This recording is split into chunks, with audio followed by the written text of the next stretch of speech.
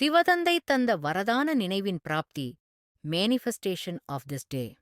ஓம் சாந்தி. இனிமையிலும் இனிமையான அமைதியின் பெரும் சாகரம்.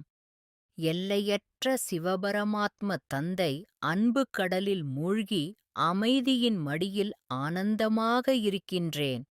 புத்தியின் தொடர்பால் தந்தையிடம் நிரந்தரமாக இணைந்திருக்கின்றேன்.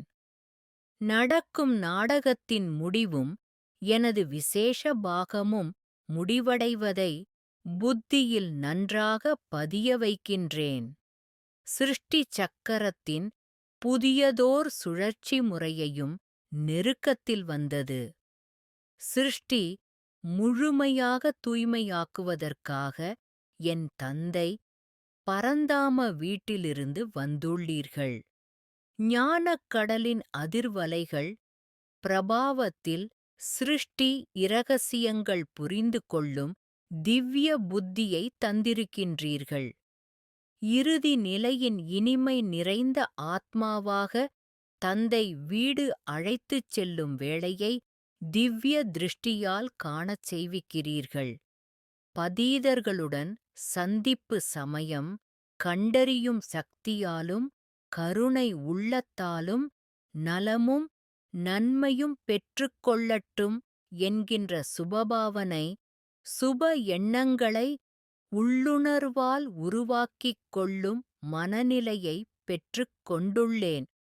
இயற்கை சீற்றங்கள், வெடிகுண்டுகள், பசி, பட்டினி, பஞ்சம், பிணி, தாகம், இரத்த ஆறு, ஆத்மாக்கள் அலறல், நிலநடுக்கம் எதுவாக இருந்தாலும் தந்தையின் துணையோடு எதிர்கொண்டு சாட்சியாக விஸ்வ சேவையில் தந்தை நியமனத்தால் இயக்கம் பெறும் கருவியாக செயல்படுகிற நிலையின் பயிற்சியை மேற்கொண்டு இப்போதிருந்தே முழுமை தன்மையை நோக்கி விரைவாக செயல்படுகின்றேன். கர்மம், யோகம் இணைந்திருக்க வைத்துக்கொள்ளும் பயிற்சியில் எம்மை தேர்ச்சி பெற செய்து வருகிறீர்கள் தந்தையே. ஸ்தாபனையின் காரியம் தீவிர வேகத்துடன் நடைபெறுவதை உணரும் சக்தியை தந்திருக்கின்றீர்கள்.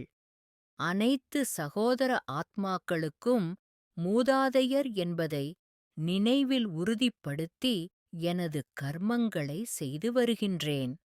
ஒருமுகத் தன்மையில் ஒரே தந்தையிடம் உறவுகளை, சம்பந்தங்களை, தொடர்புகளை ஏற்படுத்தி வைத்துள்ள ஆத்மா எமக்கு சுயத்தின் மீது கொண்ட கருணை உயரப் பெறுகின்றது.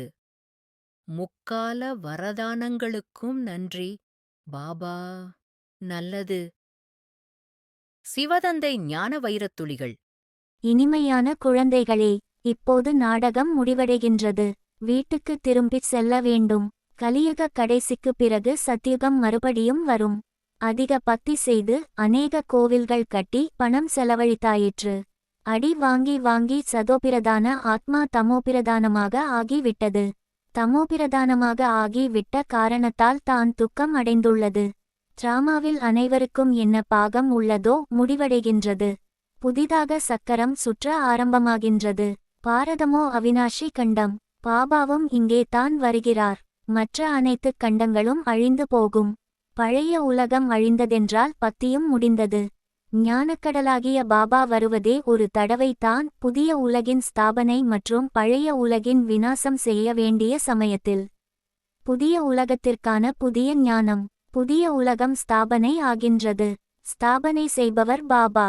இல்லற விவகாரங்களில் இருந்தவாறே இந்த படிப்பை படியுங்கள் என பாபா சொல்கிறார். புத்தியில் இது நினைவு இருக்க வேண்டும். நாம் மாணவர்கள், நமக்கு பகவான் படிப்பு சொல்லித் தருகிறார். இங்கே யாருடைய சங்கமும் கிடையாது. பதீதர்களுடன் பேச வேண்டிய தேவை கிடையாது. நீங்கள் யாருடைய முகத்தையும் பார்க்க வேண்டிய தேவையும் கிடையாது. லௌகிக், பரலௌகிக், பிறகு அலௌகிக். பக்தி மார்க்கத்தில் ஒருபோதும் பிரம்மாவை நினைவு செய்வதில்லை. சிவபாபாவை நினைவு செய்கின்றனர். இவர் பரலௌகிக் தந்தை. பரலௌகிக் தந்தையையோ பரலோகத்தில் தான் பார்க்க இயலும். எவ்வளவு அருகில் வந்து கொண்டே இருக்கிறீர்களோ அப்போது இன்றைய உலகம் என்பதென்ன, நாளைய உலகம் என்னவாக இருக்கும்? அனைத்தையும் பார்த்து கொண்டே இருப்பீர்கள். இயற்கை சேதங்களும் நடைபெறப் போகின்றன. இவ்வளவு மனிதர்களும் வேலையை விட்டுச் சென்று விடுவார்கள். பட்டினியால் செத்துப் போவார்கள். அனைத்தும் நடக்கப் போகின்றன. நிலநடுக்கங்கள் நடந்து கொண்டே இருக்கும். வெடிகுண்டுகள் விழுந்து கொண்டே இருக்கும். ஒருவர் மற்றவரை கொன்று கொண்டே இருப்பார்கள். இரத்த ஆறு ஓடும் நாடகமோ நடக்கப் போகிறது. மனதை கட்டுப்படுத்தக் கூடிய ஒருமுகத்தன்மை உள்ளவர் ஆகுக. கர்மம் மற்றும் யோகம் இரண்டும் இணைந்திருக்க வேண்டும்.